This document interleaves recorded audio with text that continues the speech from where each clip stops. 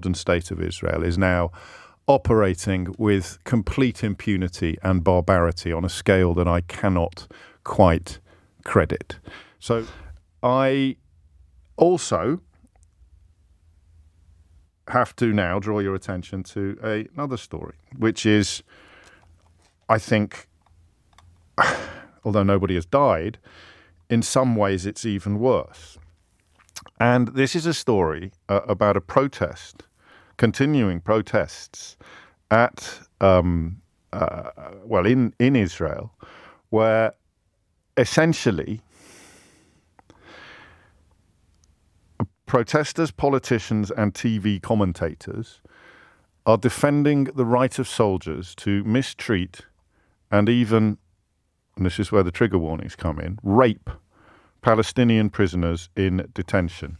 Now, the contention of these protesters grew from reports of IDF soldiers, army reservists, a leaked video, and this is the biggest trigger warning of all, a leaked video of Israeli soldiers torturing and raping a Palestinian prisoner in circumstances that I don't think I can legally share fully with you at 12 minutes after 10 on a regulated British radio station, in defence of the soldiers. Supporters of the Israeli government or elements of the Israeli government, up to and including Israeli politicians, made their way to where they thought the soldiers were being held and tried to effect their release. I'll say that again. A mob of Israeli protesters made its way to the facility where they thought the soldiers, filmed apparently raping a prisoner, were being held, and they sought to illegally effect their release. The soldiers have now been released. I think all of them have now been placed under house arrest. They've been released from the military incarceration and placed under house arrest. And protesters shouting, "This is Sodom," an Old Testament reference, of course, to the cities of Sodom and Gomorrah, are arguing publicly that Israeli soldiers should be able to mistreat Palestinian detainees however they want. This is part of the defense of the same soldiers who were arrested for the abuse of the male Palestinian prisoner at the Stay Taman base. And Israel is our ally. Those who leaked the video should be prosecuted, and not the soldiers filmed in the video apparently raping a prisoner.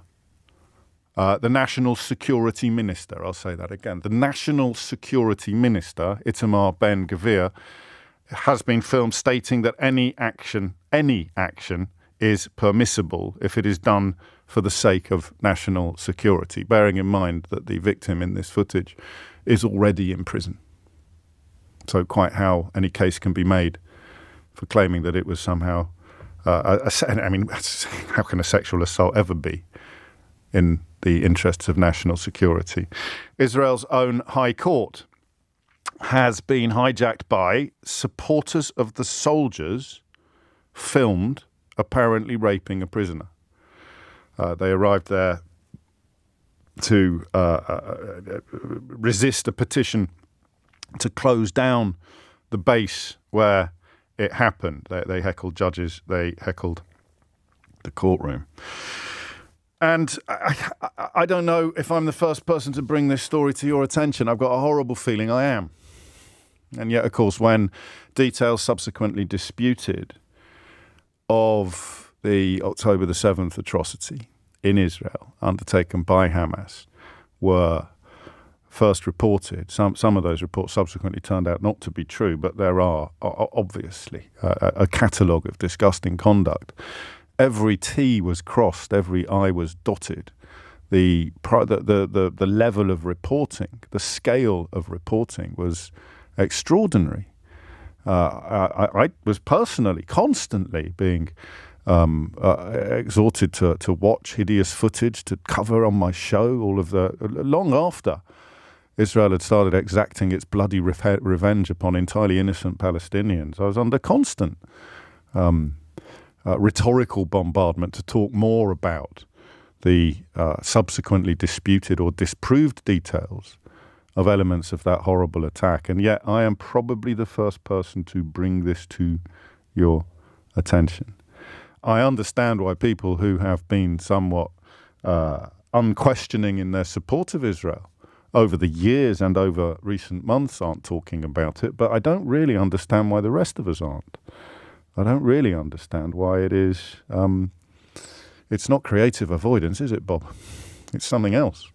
To speak for myself, I feel sick.